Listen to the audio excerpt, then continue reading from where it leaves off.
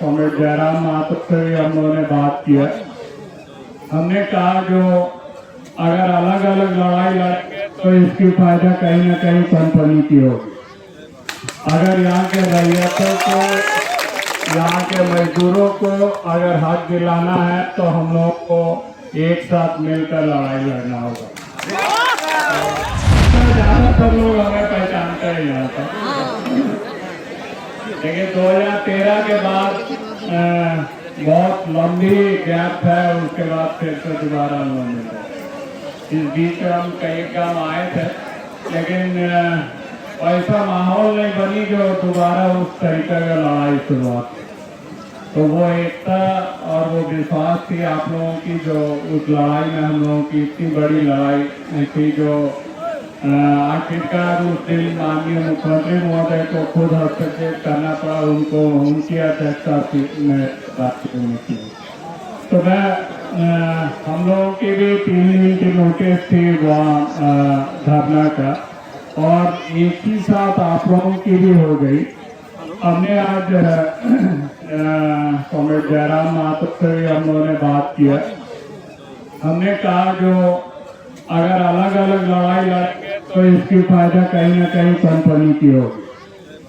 अगर यहाँ के रैयतों को, यहाँ के मजदूरों को अगर हक दिलाना है तो हम लोग को एक साथ मिलकर लड़ाई लड़ना होगा। हम आपकी इस लड़ाई में साथ है, हम लोग सब मिलकर एक साथ इस लड़ाई को लड़ेंगे। और हमारी जो मांगे हैं, देखिए उस समय भी एडिशनल कलेक्टर के वहाँ आपको याद होगा जो सबने अपना अपना दस्तावेज जमा किया था। एक सूची बनी थी जो कितनी रैयत और बाकी है। यहाँ शायद 517 हुई थी और तालगोड़िया में 200 कुछ लोगों की नौकरी हुई थी, लेकिन करीब 500-600 रैयत अभी भी बाकी थे।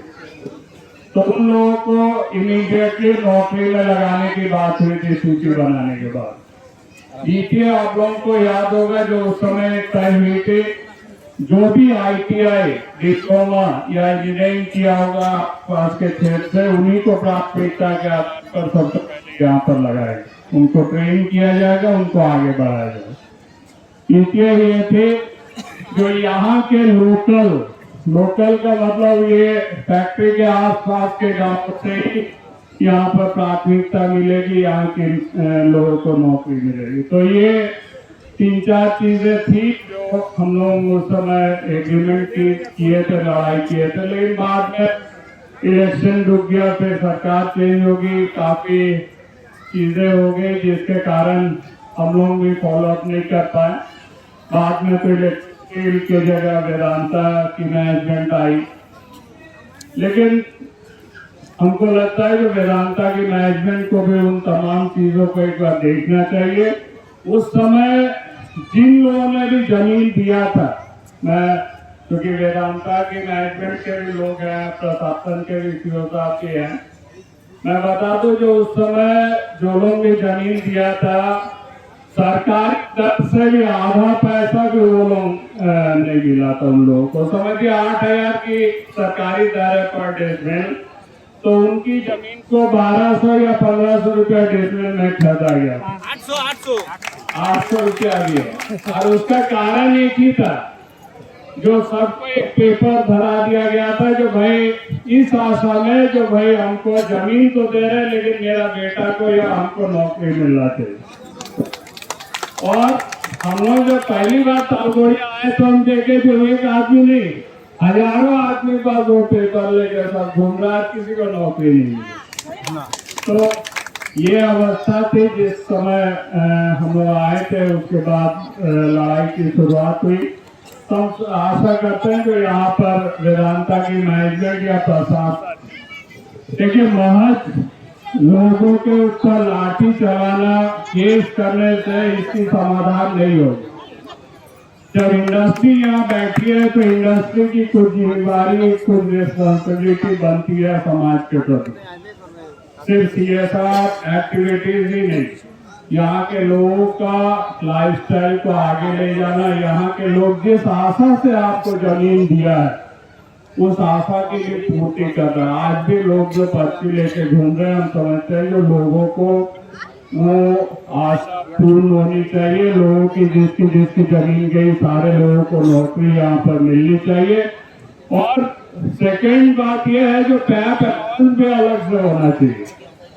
हम यहाँ देख रहे हैं जो लोगों की जमीन गई उसका पैसा भी नहीं मिला, और से बोली उनको अलग से एक मतलब देश का अलग से पैसा मिलना चाहिए, वो वाला भी उनको नहीं मिला। ना नौकरी मिली, ना जमीन का दाम मिला, ना पैप का अलाउंस मिला, कुछ भी यहाँ पर नहीं मिला।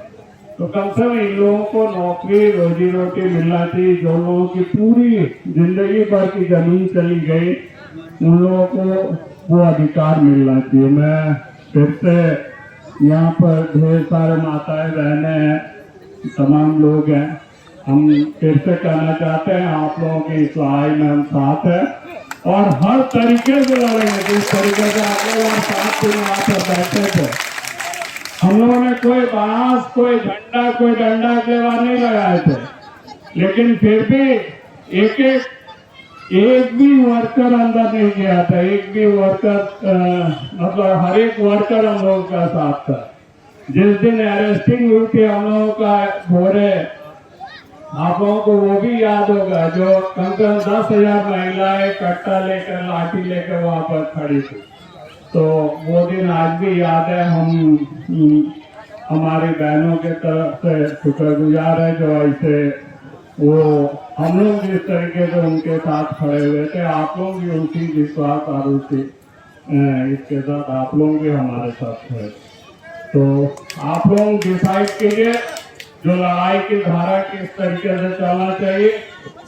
बाकी हम समझते हैं जो बाकी चीजें जो हैं, आप उन तमाम चीजों से घबराए नहीं। 144 केस मुकदमा ये सब चलते रहती है, लड़ाई होगी तो ये तमाम चीजें होगी। और ये भी जान के रखिए जो व्यवस्था हमेशा से पूंजीपतियों के साथ रहता है, व्यवस्था आपके साथ, गरीबों के साथ कभी नहीं रहेगा। तो पुलिस, प्रशासन, कानून, तमाम चीजें जो हैं वो उनके साथ रहेंगे, लेकिन हमारी बल एक है। जो हमारी बल है ये मुट्ठी, ये एकता, ये जब तक रहेगी तब तक हम लोग लड़ाई में जरूर जीतेंगे। तो मैं फिर से तमाम साथियों को, तमाम लोगों को क्रांतिकारी अभिनंदन करते हैं। आप लोग वार्ता के लिए बुलाए, डेलीगेशन लेके वार्ता कीजिए। वार्ता भी चले, लड़ाई भी चले, और समझते हैं तब जरूर समाधान निकले। धन्यवाद।